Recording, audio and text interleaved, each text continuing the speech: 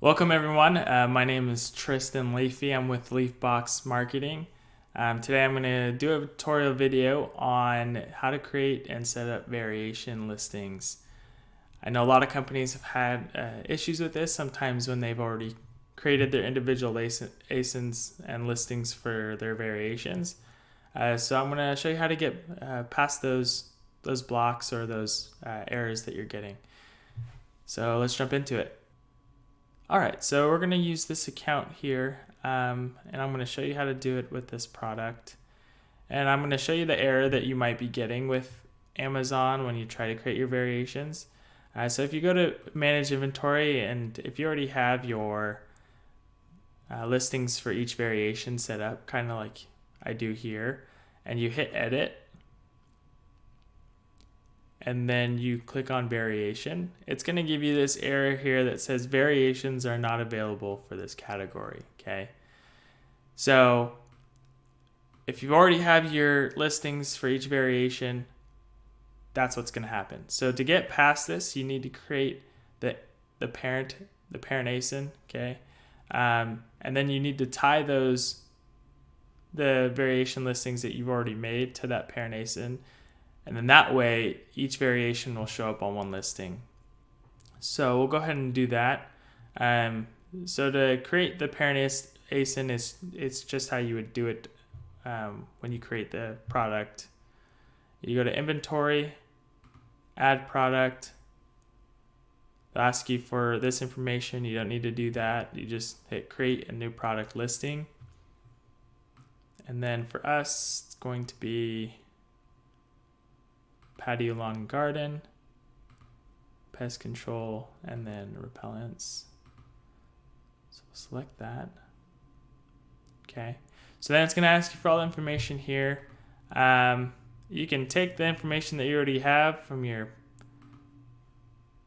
pre-existing ASINs. So I'm going to take this title here and put it in here. But for the parent ASIN, you don't want the quantity at the end of your title because it's going to automatically input that after you create the variations. So then you'll also select your UPC. For us, since it's the parent ASIN, we don't need to put a UPC or fill this slot out. Okay, and then for brand name, we'll just go ahead and put the store names as well as this one. Okay, and then after you do that, you go to variations and you select your variation theme. Now some products may have two variations, like they come in different colors, and then you also want to sell each color in different quantities. So in order to do that, they have those examples here. So if it's just color name, say you have 4 colors, you click color name and then you type in your 4 colors, right? Red, blue, green, and yellow. Okay, and you can keep going. But for us, and then if you have a color name and it's different sizes, maybe these are some of the options you'd pick. So color display height, red, blue, whoops, we'll keep it there, green and yellow. And then if you had a different height, say 5 feet, 6 feet, 7 feet, and you hit add variation, got a lot more information and a lot more work and filling out to do here. It's so much easier in a flat inventory file, which I can show you guys in a different tutorial later, how to create variations in flat inventory file where you don't have to mess with this stuff so much, especially if you have a lot of products with a lot of variations.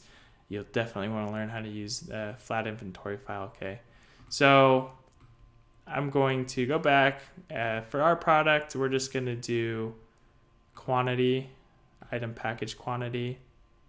So one package comes with 4. So if I were to offer another quantity, it would be divisible by 4. Say I want to do 12, sure. And then I add variations.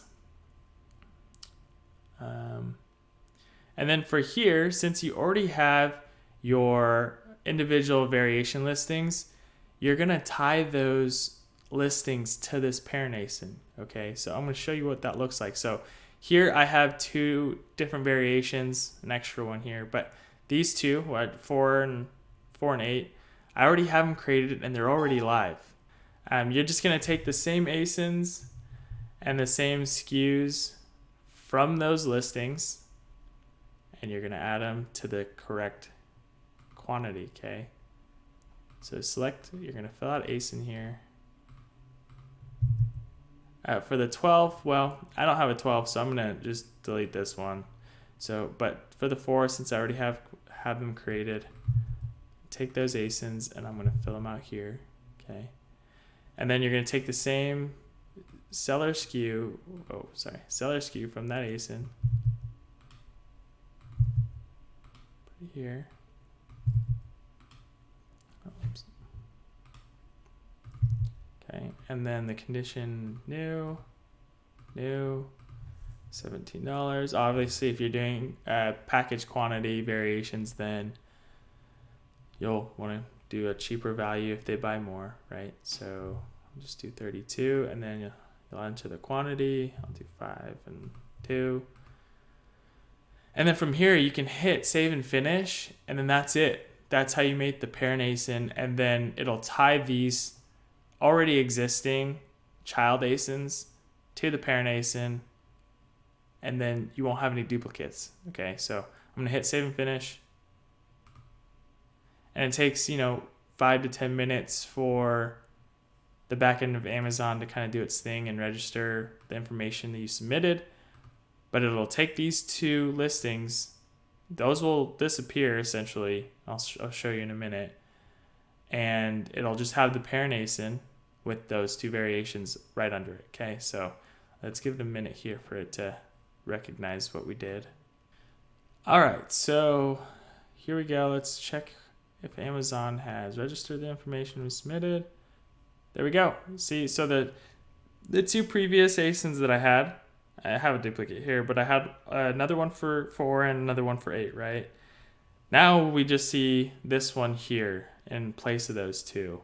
So this is the parent ASIN, and once you hit this drop down button, it'll show you the two that I had earlier, had the quantities I filled out.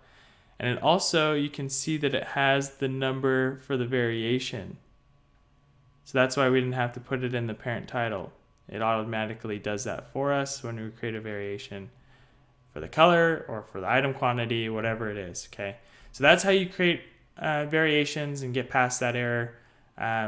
If you have any other questions, please leave it in the comments.